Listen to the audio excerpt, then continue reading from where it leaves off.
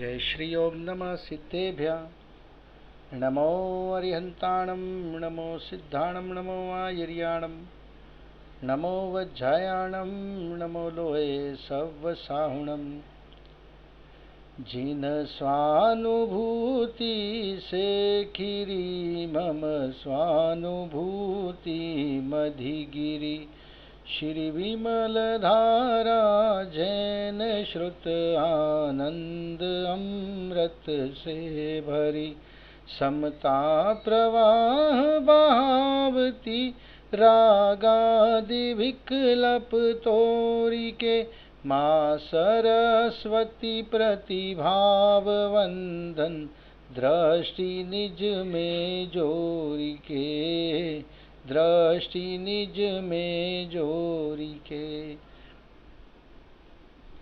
आचार्य वादीब सिंह सूरी द्वारा विरचित छत्र चूड़ामणि की वांछना हम लोग कर रहे हैं और इसके 11वें लंब के अंतिम प्रकरण पर ही लगभग हम पहुंच गए हैं।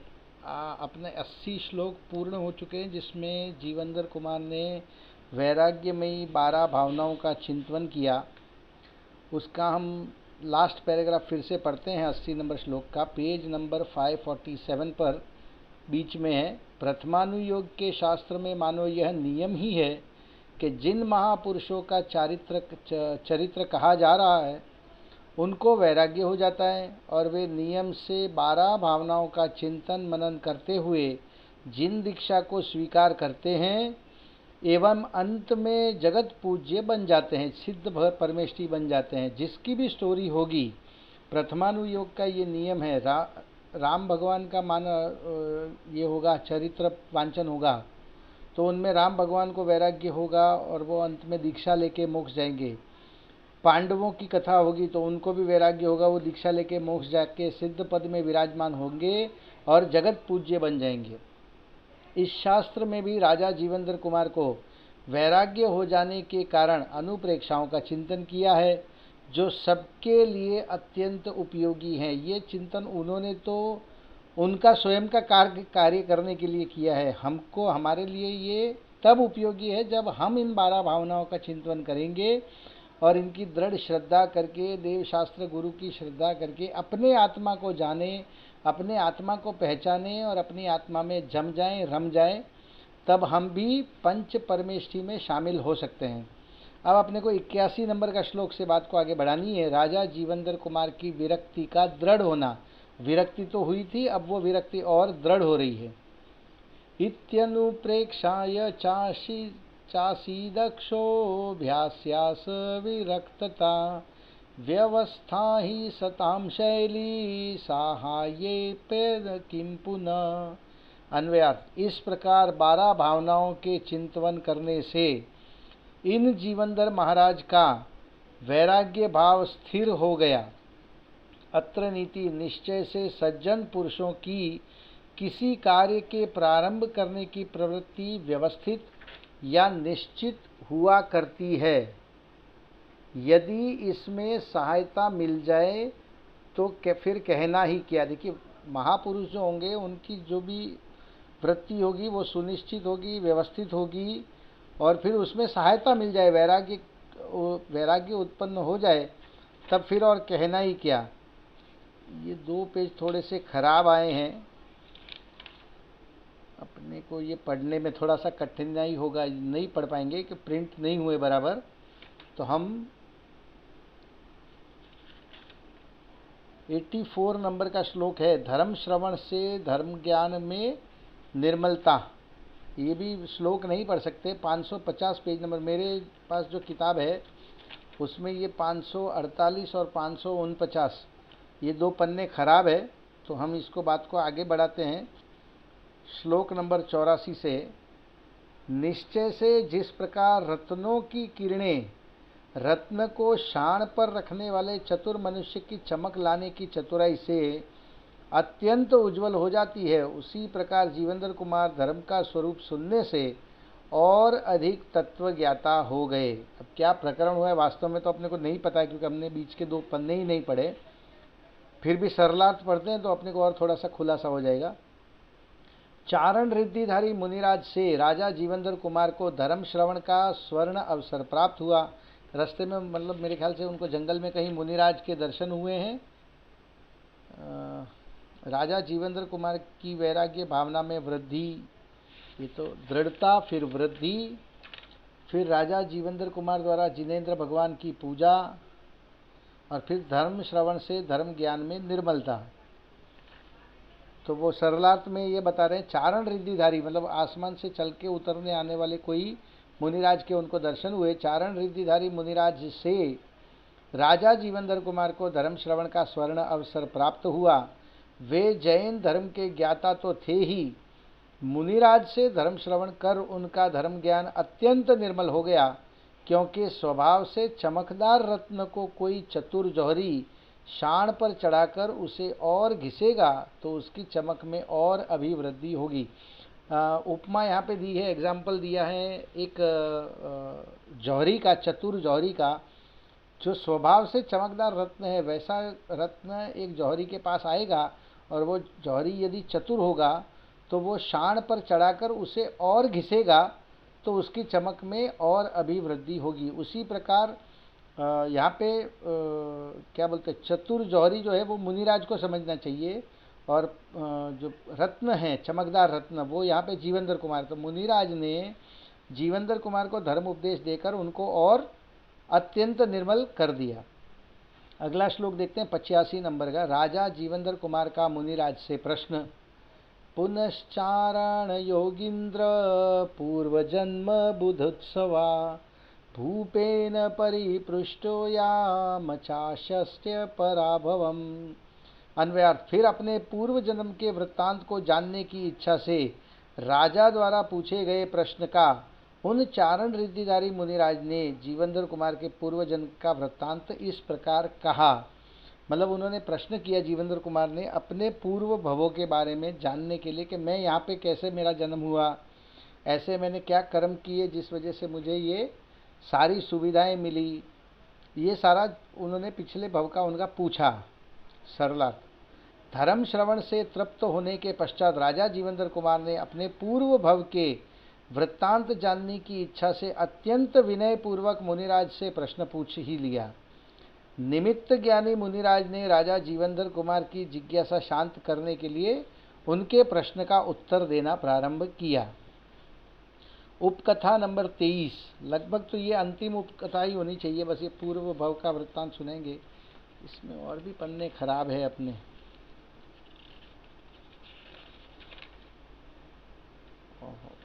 काफ़ी शास्त्र ये पूरी तरह से खराब ही है, कोई बात नहीं। 105 श्लोक है, देखते हैं 86 नंबर का श्लोक। मुनिराज द्वारा जीवंदर कुमार के प्रश्न का उत्तर। भूपेन्द्र घात की खंडे भूम्यादि तिल के पुरे सुनुह पवन वेगस्य राज्ञो सभूत्सव यशोधर। अन्वयार्थ, हे राजन, धातकी खंड नाम के द्वीप में भूमि तिलक नाम के नगर में तुम राजा पवन वेग के यशोधर नाम के पुत्र थे। पिछले भव का वृत्तांत सुना रहे हैं। पिछले भव में जीवंदर कुमार का नाम था यशोधर, उनके पिता थे पवन वेग, और नगरी उनका नाम, नगर का नाम था भूमि तिलक, और भरत क्षेत्र में जम्बू द्वीप में ना होकर धातकी खंड द्वीप में था वो। सरलार्थ, हे राजन, तुम अपने पूर्व भव में घातकी खंड द्वीप के भूमि तिलक नगर में राजा पवन वेग के यशोधर नाम के सुपुत्र थे। अगला श्लोक 87 नंबर का। राजहंस कदाचित्वं राजहंसस्य शावकं नीडक्रीडार्थमानीय निर्विद्यमदिविवृध। अन्वयार्थ, हे सर्वश्रेष्ठ, तुमने किसी समय हंस के बच्चे को खेलने के लिए घोंसले से लाकर उसका निर्दोषता से पालन पोषण किया था। सरलार्थ, हे राजन, एक समय तुम किसी राजहंस के बच्चे को अपने मनोविनोद के लिए पकड़कर ले आए और उसे पिंजड़े में बंद कर उसका पालन पोषण करने लगे। अगला श्लोक देखते हैं 88 नंबर का। तत्कुतोपि समाकर्ण्य धार्म विद्य स ये पिता तदा धर्ममुपादीक्ष यतो भूरति धार्मिकः। अन्वयार्थ, उस समय उस तुम्हारे धर्मात्मा पिता ने यह बात कहीं से सुनकर तुमको धर्म का उपदेश दिया, जिस उपदेश के सुनने से तुम अत्यंत धर्मात्मा बन गए। मतलब ये पूर्व भव में जो उनके पिता थे, उन्होंने किसी से सुनकर जीवंदर कुमार को पूर्व भव में कुछ उपदेश दिया था। सरलार्थ, यह समाचार जब तुम्हारे पिता को मालूम हुआ, कौन सा, कि वो राजहंस के बच्चे को ले आकर उन्होंने पिंजरे में बंद करके उनका लालन पोषण कर रहे थे, ये समाचार जब तुम्हारे पिताश्री को मालूम हुआ, तब उन्होंने तुम्हें बहुत समझाया, तुम्हें धर्म का उपदेश दिया। तब तुमने उस राजहंस के बच्चे को तो मुक्त कर दिया और स्वयं संसार से उदासीन होकर धर्मात्मा हो गए। मतलब इतने उदास हो गए थे, इतना खुशी से लेकर आए थे राजहंस के बच्चे को, मगर पिता के समझाने से उनको छोड़ भी दिया और फिर धर्मात्मा बन गए थे, उदासीन हो गए संसार से। 89 नंबर का श्लोक। राजा यशोधर की मुनि दीक्षा। निवारितोपि पित्रात्व मतिर्निर्वेद तस्ततः जातरूप धरो जातः स्त्रीभिश्रेष्ठभिरन्तवेत्। अन्वयार्थ, फिर पिता से रोके हुए भी तुम अत्यंत वैराग्य के कारण 8 स्त्रियों सहित दिगंबर मुनि एवं आरिका हो गए। पिताजी ने बहुत समझाया कि भाई अभी तेरी उम्र नहीं है दीक्षा लेने की, मगर फिर भी उनके रोकने पर भी अंदर में वैराग्य की भावना हो गई थी, इसलिए उन्होंने स्वयं तो दीक्षा लेकर दिगंबर मुनि बने और उनकी 8 पत्नियां जो थी वो आरिका बन गई। सरला, तदंतर तुम्हारे पिता राजा पवन वेग ने तुम्हें बहुत समझाया, मुनि दीक्षा से रोकने के लिए बहुत प्रयास किए, परंतु अत्यंत तीव्र वैराग्य के कारण तुमने उनकी बात नहीं मानी तथा दीक्षा धारण कर दिगंबर मुनि बन गए। उसी समय अपनी 8 पत्नियों को आपने आरिका के व्रत धारण करा दिए थे। अगला श्लोक देखते हैं 90 नंबर का। यशोधर मुनिराज द्वारा भावी पर्यायों का ज्ञान करना। घोरेण तपसा लब्ध्वा देवत्वं च वित्रिविष्टपात् अष्टाभिस्त्रीभैरेताभिरात्रभूर्भुपवोण्डग। अन्वयार्थ, हे भव्य, यहाँ पे पेज थोड़ा सा ऊपर का खराब है, कोशिश करते हैं इसको पढ़ने की। हे भव्य श्रेष्ठ, फिर तुम घोर तपश्चरण के द्वारा देव पर्याय को प्राप्त कर फिर उस स्वर्ग से चयकर यहाँ पर इन 8 स्त्रियों के साथ उत्पन्न हुए हो। क्या बताया, वहाँ से मरकर घातकी खंड में जहाँ पे यशोधर थे, वहाँ से मरकर देव पर्याय धारण की स्वर्ग में गए और वहाँ स्वर्ग से चय कर यहाँ पर जन्म हुआ उनका। सरला, हे भव्योत्तम, मुनि दीक्षा लेने के उपरांत तुमने घोर तपस्या की, जिसके प्रभाव से आप वैमानिक देव हुए और वहाँ से अपनी आयु पूर्ण कर इस मनुष्य लोक में अपनी 8 स्त्रियों सहित यहाँ उत्पन्न हुए हो। 91 नंबर का श्लोक। पूर्व पर्यायों के परिणामों का फल। स्वपदाद्वलाहंसस्य पितृभ्या च पुरा भवे वियोजनाब्धियोगस्ते बंधो भूदिव बंधत।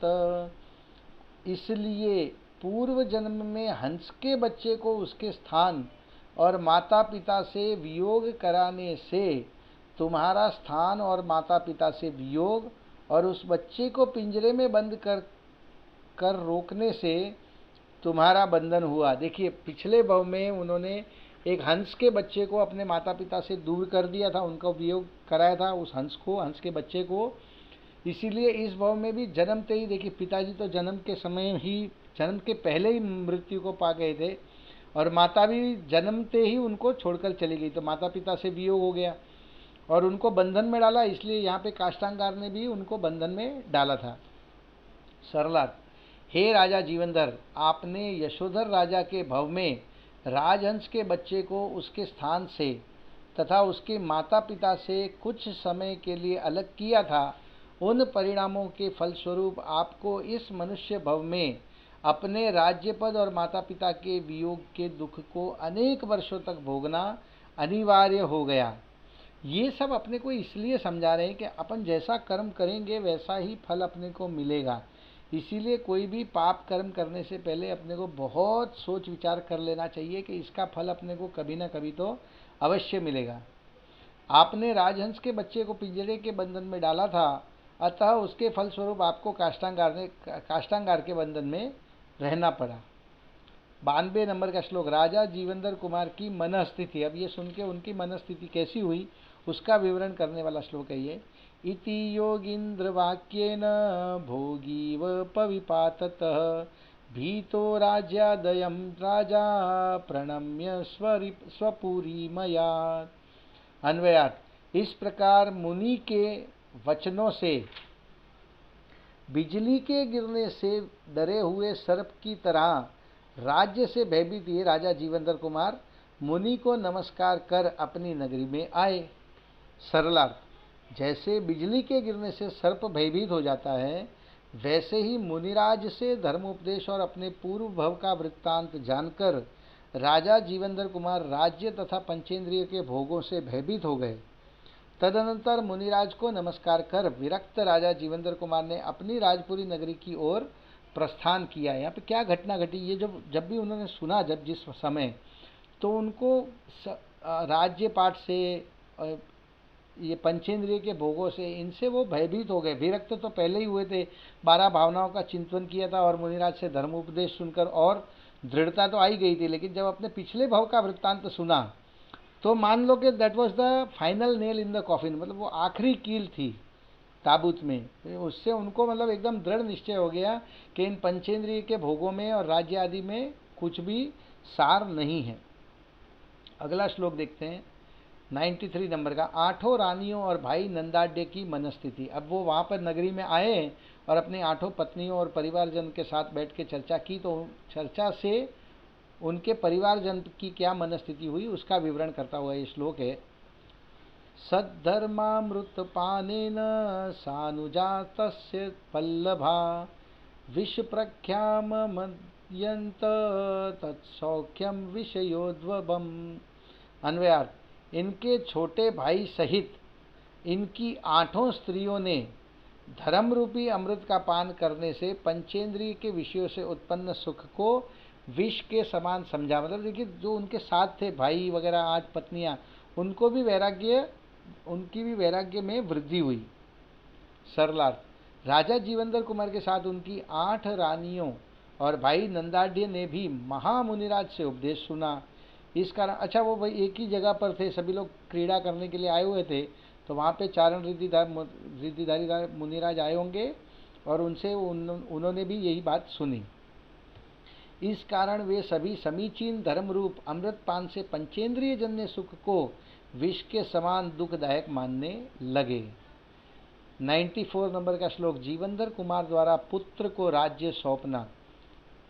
तत्र गंधर्व दत्ताया पुत्रम सत्यंधरायहम अभिषच्य ततस्ताभि प्राप्तदास्थायिकाकृति। अन्वयार्थ, वहाँ पर बुद्धिमान राजा जीवेंद्र कुमार ने अपनी रानी गंधर्व दत्ता के सत्येंद्र नाम के पुत्र को राज्याभिषेक करके राज्य सौंप कर फिर अपनी 8 स्त्रियों के साथ स्वयं भगवान के समोशरण में पहुँचे। क्या घटना घटी यहाँ पे, उनकी पहली पत्नी जो गंधर्व दत्ता थी, उनसे जो ज्येष्ठ पुत्र सत्येंद्र, दादा का नाम भी सत्येंद्र, पोते का नाम भी सत्येंद्र, मतलब जीवेंद्र कुमार के पिताजी का नाम भी सत्येंद्र था और उन्होंने अपने पुत्र का नाम भी सत्येंद्र रखा था। तो उसका सत्येंद्र का पुत्र का राज्याभिषेक करके उसको राज्य सौंप कर फिर अपनी 8 स्त्रियों के साथ स्वयं भगवान के समोशरण में पहुँचे। वहाँ उस समय में महावीर स्वामी का समोशरण होगा, वहाँ पर वो पहुँच गए। सरलार्थ, संसार से अति विरक्त तथा बुद्धिमान राजा जीवेंद्र कुमार ने अपनी राजपुरी नगरी में पहुंचकर अपनी अनन्य प्रिय पटरानी गंधर्व दत्ता के सुपुत्र सत्येंद्र को राज्य सिंहासन पर बिठाकर उसका राज्याभिषेक किया। तदनंतर स्वयं अपनी 8 रानियों को साथ लेकर 24वें तीर्थंकर भगवान महावीर के समोशरण में पहुँचे। 95 नंबर का श्लोक, ये आज हम लोग समाप्त कर लेंगे। 10 श्लोक और है, थोड़ा 5-10 मिनट ज़्यादा होगा, लेकिन इसको ख़त्म कर लेंगे। वैसे भी 2 पन्ने और ख़राब है, इसके पढ़ने लायक है नहीं, हम सिर्फ शीर्षक पढ़ लेंगे अगर पढ़ सकेंगे तो। तीर्थंकर महावीर की पूजा। श्रीसभाया सभे संभ्यत्ये श्रीवीरं जिननायकं पूजयामास पूज्योऽयमस्तवीच्च पुनः पुनः। अन्वयार्थ, फिर इन पूज्य जीवनधर कुमार ने समोसरण की धर्मसभा में पहुंचकर जिनेन्द्र श्री महावीर स्वामी की पूजा की और बारंबार उनका स्तवन किया। सरलार्थ, सम्माननीय तथा विरक्त जीवनधर कुमार ने समोसरण में पहुंचकर वर्तमान काल में धर्म प्रवर्तक तीर्थंकर भगवान महावीर की पूजा करते हुए उनकी पुनः पुनः स्तुति की। इसमें विशेषार्थ कुछ बताएं।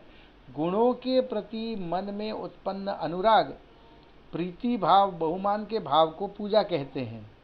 अष्ट द्रव्यों से पूजन करना उसका बाह्य प्रतीक है। देखिए, बाहर से पूजन करें और मन में अगर अपने को गुणों के प्रति मन में उत्पन्न अनुराग न हो, ठीक है, या भगवान में हम किस भगवान की पूजा कर रहे हैं और क्यों कर रहे हैं, उनमें कौन से गुण हैं, इन सब चीज़ों की अपने को अगर खबर ना हो तो वो पूजा किसी काम की नहीं। और वास्तव में गुणों के प्रति मन में उत्पन्न अनुराग जो है, प्रीति भाव जो है, बहुमान के भाव जो है, वो भाव पूजा कही जाती, वही वास्तव में पूजा है। अष्ट द्रव्यों से पूजन करना उसका बाह्य प्रतीक है। जब अंदर में प्रीति भाव होगा, अनुराग होगा, बहुमान होगा, तो बाहर में भी अष्ट द्रव्यों से पूजन करते हुए दिखाई देंगे। गुणों का वर्णन करना स्तुति है। दूसरे शब्दों में गुणों का स्मरण पूजा है और वचनों द्वारा गुणों की को कहना स्तुति है। तीर्थंकर महावीर की स्तुति। भगवन् भव रोगेण भीतोऽहं पीडितः सदा त्वय्य कारण वैद्येपि सया किं तस्य कारणा। अन्वयार्थ, हे भगवान, यहाँ से आपके अवकरण वैद्य होने पर भी मैं संसार के जन्म मरण के रोग से अनादि काल से पीड़ित और भयभीत हूँ।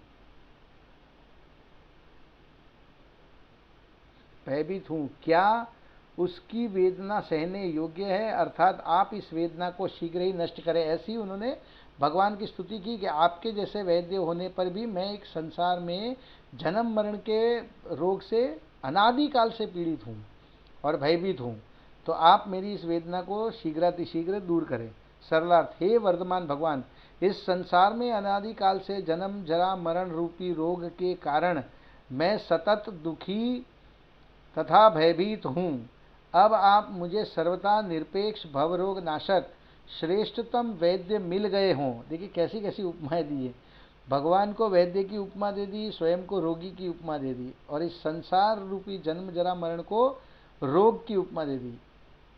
अतः हे प्रभु, मेरी आपसे यही विनंती है कि आप मेरे संसार रूपी पीड़ा को नष्ट करें। अगला श्लोक देखते हैं हम 97 नंबर का। त्वं सार्वं सर्वविद्देह सर्वकर्माणि कर्मठ भव्यश्चाह कुतो वा मे भवरोगो न शाम्यति। अन्वयार्थ, हे देव, आप सबके हित करने वाले, सब कुछ देखने जानने वाले और संपूर्ण संचित कर्मों के नाश करने में शूरवीर हो, और मैं भव्य हूँ, तो मेरा संसार का रोग क्यों शांत नहीं होता। ये वास्तव में पढ़ा नहीं जा रहा, बीच में थोड़ा सा डिस्टर्बेंस है। सरलार्थ, हे सन्मति दाता भगवान महावीर, आप सबका समान रीति से हित करने वाले हो। किसी में भेदभाव वीतरागी भगवान नहीं करते, समान रीति से सबका हित करते हैं। और हित भी वास्तव में कैसे करते हैं कि उपदेश देकर करते हैं, ना किसी का भला करते हैं, ना किसी का बुरा करते हैं। वास्तव में वीतरागी भगवान वो तो सच्चा उपदेश देते हैं, उस उपदेश को समझकर हम अपना हित या अहित स्वयं कर सकते हैं। तो क्या बताएं, हे सन्मति दाता भगवान महावीर, आप सबका समान रीति से हित करने वाले हो। आप अनंतानंत ज्ञेय पदार्थों के मात्र ज्ञाता दृष्टा हो, करता नहीं हो, ये भी यहाँ पे बता दिए। आप तो सभी कार्यों के करने में सर्वथा समर्थ हो। आप मेरी भव्यता रूप पात्रता का विचार कर मुझे अनादि काल से चले आ रहे भवरोग से मुक्त करो, यही मेरी आपसे विनंती है। 68 नंबर का श्लोक। निर्मोह मोह दावेन देह जीर्णोरुकाननेन दाह्यमान यतया शश्वान मुहंत रक्ष रक्ष माम। अन्वयार्थ। हे मोह रहित वीतराग जिनेन्द्र, देह रूपी बहुत पुरानी अटवी में मोह रूपी दावानल से जलन के कारण निरंतर विवेक रहित मेरी रक्षा करो, रक्षा करो। क्या बताना चाह रहे हैं? सरलार्थ। हे मोह रहित वीतरागी महावीर भगवान, जैसे कोई प्राणी किसी पुराने वन में दावानल से जलता है, उसी प्रकार मैं भी इस शरीर रूपी वन में मोह रूपी अग्नि से निरंतर जल रहा हूँ। क्या बता रहे? देखिए कि कोई प्राणी है वो जंगल में दावानल से, जंगल की अग्नि से जल रहा है, वैसे ही मैं भी इस शरीर में मोह रूपी अग्नि से जल रहा हूँ। इसीलिए मैं इस मोह रूपी अग्नि से निरंतर जल रहा हूँ। आप मोह का नाश करने में अत्यंत शूरवीर हैं, इसलिए मेरे मोह का नाश कर मेरी भी रक्षा कीजिए। अभी आगे के 2 श्लोक तो पढ़ ही नहीं पाएंगे, 99 और 100 नंबर का, क्योंकि कुछ भी नहीं दिख रहा है इसमें। 100 नंबर के श्लोक का सरलार्थ भी शायद नहीं पढ़ पाएंगे, फिर भी कोशिश करते हैं पढ़ने की। सरलार्थ। हे भगवान, जैसे समुद्र में डूबता हुआ कोई मनुष्य कर्मोदय से कोई नौका को नहीं पढ़ पा रहे हैं। अगला ही श्लोक देखते हैं, 101 नंबर का। बस 4-5 श्लोक हैं, ये 10 मिनट में पूरा हो जाएगा। भगवान महावीर से दीक्षा की अनुमति। इति स्तोत्रावसाने च लब्ध्यवा स्त्री जगद्गुरु अनुज्ञां जिन्न दीक्षाया मानमगणनायकम। अन्वयार्थ। इस प्रकार 3 जगत के स्वामी महावीर तीर्थंकर के स्तवन के अंत में इन्होंने आज्ञा पाकर जिन दीक्षा लेने के प्रारंभ में गणधर देव को नमस्कार किया। मतलब भगवान महावीर से जिन दीक्षा की अनुमति ली और गणधर देव को उन्होंने नमस्कार किया। सरलार्थ। त्रिलोक के गुरु तीर्थंकर भगवान महावीर की पूर्वोक्त प्रकार से स्तुति करने के पश्चात राजा जीवेंद्र कुमार ने उनसे दीक्षा के लिए अनुमति प्राप्त की और जिन दीक्षा के पूर्व गणधर देव को भी भक्ति भाव से नमस्कार किया। गौतम स्वामी, गौतम गणधर वहाँ पे उपस्थित होंगे तो उनको भी भक्ति भाव से नमस्कार किया। विशेषार्थ। तीर्थंकर भगवान तो पूर्ण वीतरागी होते हैं, वे किसी को न तो जिन दीक्षा के लिए अनुमति देते हैं और न किसी का किसी भी काम के लिए विरोध करते हैं। वे तो सदैव ज्ञाता दृष्टा रूप ही रहते हैं। तो फिर ये यहाँ पे ऐसा क्यों बताया कि महावीर स्वामी से अनुमति ली? उसकी चर्चा आगे होगी। गुरु से अनुमति लेने की पद्धति है। अतः जीवेंद्र कुमार ने भगवान महावीर को अपना दीक्षा गुरु मानकर उनसे जिन दीक्षा धारण करने औपचारिक अनुमति चाही। दीक्षार्थी राजा जीवेंद्र कुमार ने गणधर परमेष्ठी को नमस्कार कर उनसे दीक्षा ग्रहण की। एतदर्थ दीक्षा ग्राहक जीवेंद्र कुमार ने गणधर देव को भी नमस्कार किया। अगला श्लोक देखते हैं, 102 नंबर का। जीवेंद्र स्वामी द्वारा घोर तप। प्राज्ञ प्रव्रज्य स्त्रापश्चर तत्पार्श्वे तपस्तपेति दुश्चरम येन कर्माष्टकस्यापि नष्टा स्याद्यथाक्रमम्। फिर बुद्धिमान राजा ने दीक्षा ग्रहण करके महावीर स्वामी के निकट बहुत कठोर तप किया, जिस तप के द्वारा 8 कर्मों का नाश यथाक्रम से होता है। सरलार्थ। बुद्धिमान एवं मोक्षाभिलाषी राजा जीवेंद्र कुमार ने श्री गणधर देव से जिन दीक्षा धारण की और दीक्षा उपरांत जिस तप के द्वारा 8 कर्मों का नाश हो जाता है, ऐसी उग्र तपश्चर्या मुनिराज जीवेंद्र स्वामी ने तीर्थंकर भगवान महावीर के सानिध्य में की। अगला श्लोक 103 नंबर का। सिद्ध अवस्था की प्राप्ति। श्री रत्नत्रय पूर्त्यार्थ जीवंधर महामुनि अष्टाभिस्वगुणे पुष्टो अनंत ज्ञान सुखादि भी। इसके अनंतर वे जीवंधर महामुनि पवित्र सम्यक दर्शन, सम्यक ज्ञान, सम्यक चारित्र की परिपूर्णता से अनंत ज्ञान सुखादिक आत्मा के 8 स्वाभाविक गुणों से पुष्ट हुए।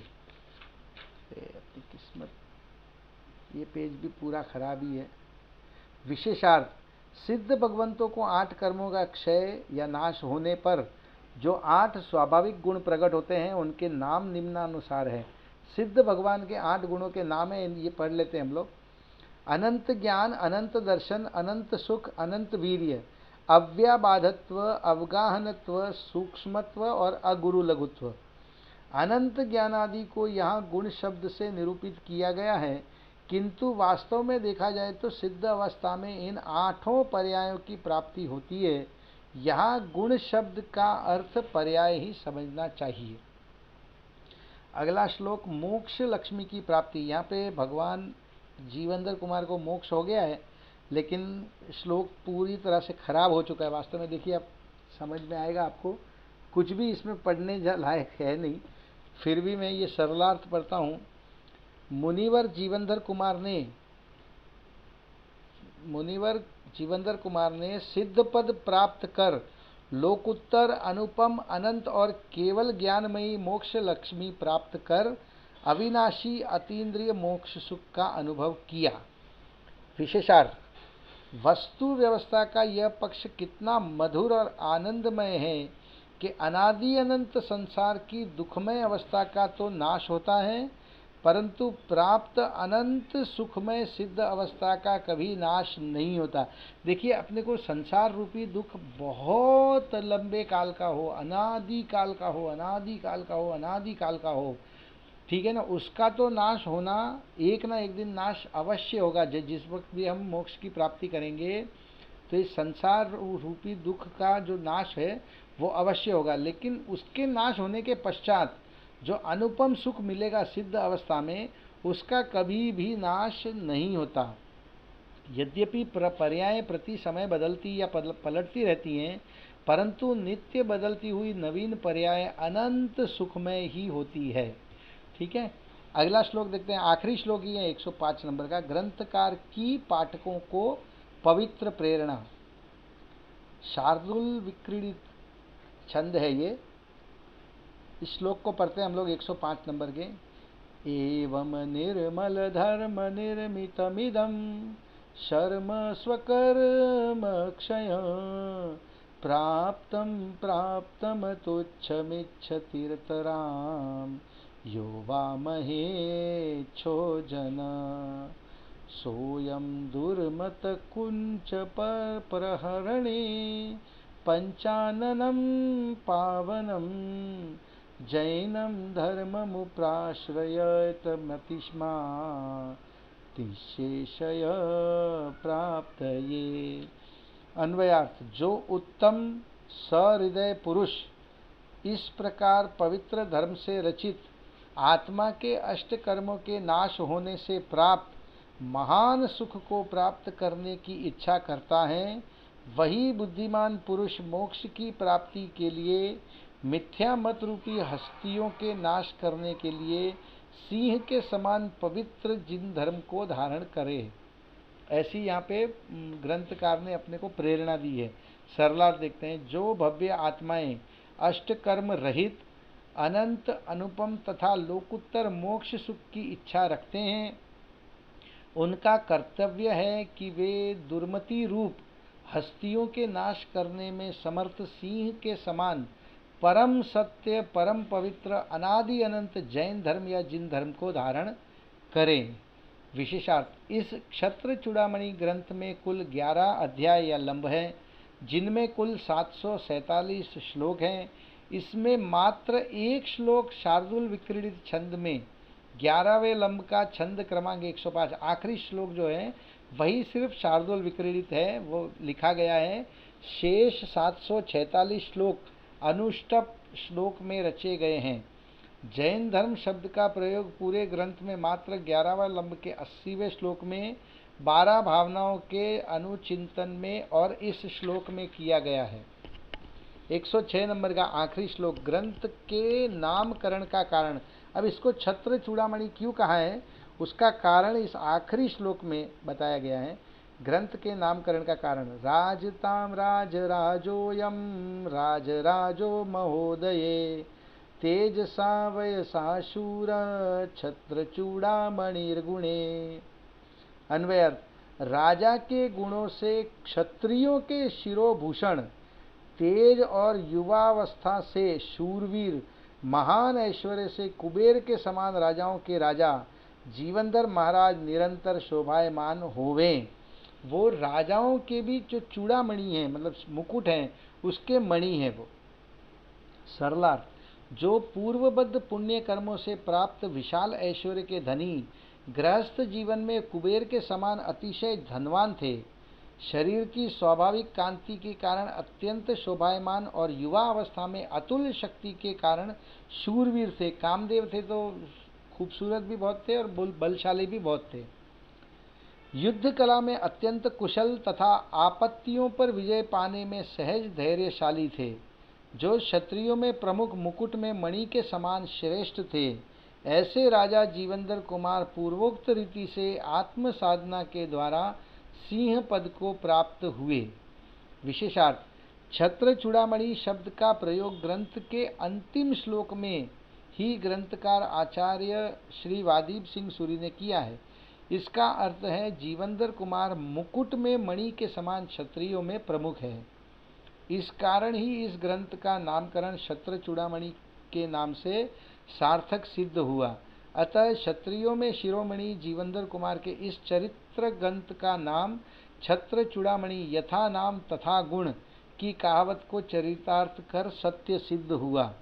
इस प्रकार यहाँ आचार्य श्री वादीप सिंह सूरी द्वारा रचित छत्र चूड़ामणि नामक ग्रंथ अन्वयार्थ, सरलार्थ और विशेषार्थ के साथ पूर्ण हुआ। इति श्री वादीप सिंह सूरी विरचिते छत्र चूड़ामणो एकादशो लंबे समाप्तम। तो इस प्रकार से हमने छत्र चूड़ामणि की वांछना पहले से अंतिम श्लोक तक की है। प्रस्तावना के साथ भी हमने की। बीच में 2-3 पेज खराब थे तो वो हम लोग नहीं पढ़ पाए। फिर भी मेरा तो यही सभी से निवेदन है कि आप इस छत्र चूड़ामणि को भले ही इस वीडियो के द्वारा पढ़ें, सुने, और या यदि आप स्वयं भी इसका स्वाध्याय कर सके तो बहुत ही सरल सुगम शास्त्र है ये, और प्रथमानुयोग का श्रेष्ठतम शास्त्र है।